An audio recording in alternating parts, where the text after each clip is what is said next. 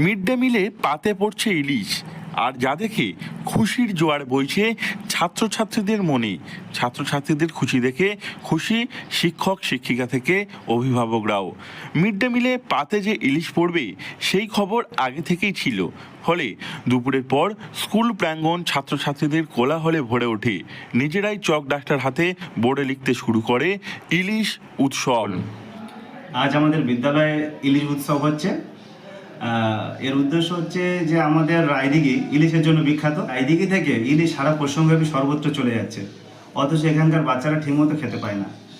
বিশেষ করে আমাদের বিদ্যালয়ে যে সমস্ত ছাত্রছাত্রী তারা বেশিরভাগ জন গরিব পরিবার থেকে এসেছে, তো তাদের পরিবারে ইলিশ কেনার সামর্থ্য তেমন নেই। তাই বিদ্যালয় থেকে আজকে তাদের প্রত্যেকের জন্য ইলিশ খাওয়ানোর ব্যবস্থা করা হয়েছে এবং এতে তারা খুবই খুশি।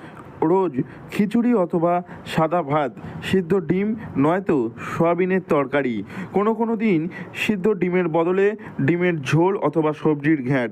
মিড ডে মিলের একঘেয়ে এই খাবারে অভ্যস্ত তারা। সেখানে মিড ডে মিলে খিচুড়ির সঙ্গে বেগুন ভাজা, ইলিশ ভাজা, মিষ্টি খেয়ে আনন্দ আর ধরে না মথুরাপুর 2 নম্বর ব্লকের উলুবাড়ি বেড়মাল অবৈতনিক প্রাথমিক বিদ্যালয়ের ছাত্রছাত্রীদের। এ নিয়ে স্কুলের এক ছাত্রী অনুশ্রী বৈদ্য জানিয়েছেন তারা খুব খুশি। আর সবজি খেতে খেতে আর ভাল লাগে না, তাই আজ আমাদের স্কুলে ইলিশ মাছ হয়, তাই আমরা খেয়ে সবাই আনন্দিত। আজকে ইলিশ উৎসব হচ্ছে, আর এই যে আমাদের স্কুলের নাম হচ্ছে উলুবাড়ি বেড়মাল অবৈতনিক প্রাথমিক বিদ্যালয়। স্কুলের প্রধান শিক্ষক শশাঙ্ক হালদার মহাশয়কে প্রথমেই আমি এই সদিচ্ছার জন্য কুর্নিশ জানাই, সম্মান জানাই। ওনার এই সদিচ্ছাকে আমি গভীরভাবে সমর্থন করি। মিড ডে মিলে পাতে ইলিশ পড়ায় খুবই খুশি ছাত্রছাত্রীরা। এ নিয়ে বিভা হালদার নামের এক অভিভাবক জানিয়েছেন তিনি আশেপাশের স্কুলগুলিতে কোথাও এমন জিনিস দেখেননি। স্কুলের প্রধান শিক্ষকের উদ্যোগে পাতে এই ইলিশ দেওয়ায় সাড়া পড়ে গিয়েছে এলাকায়।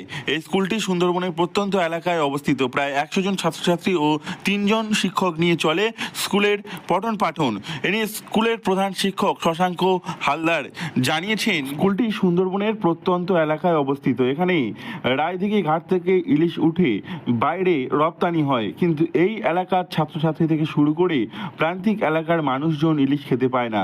সেখান থেকে ছাত্রছাত্রীদের মুখে স্বাদের ভিন্নতা আনতে মিড ডে মিলে ইলিশ রাখার ব্যবস্থা করা হয়েছে, যাতে খুশি সকলেই। দক্ষিণ 24 পরগনা থেকে নবাব মল্লিকের রিপোর্ট।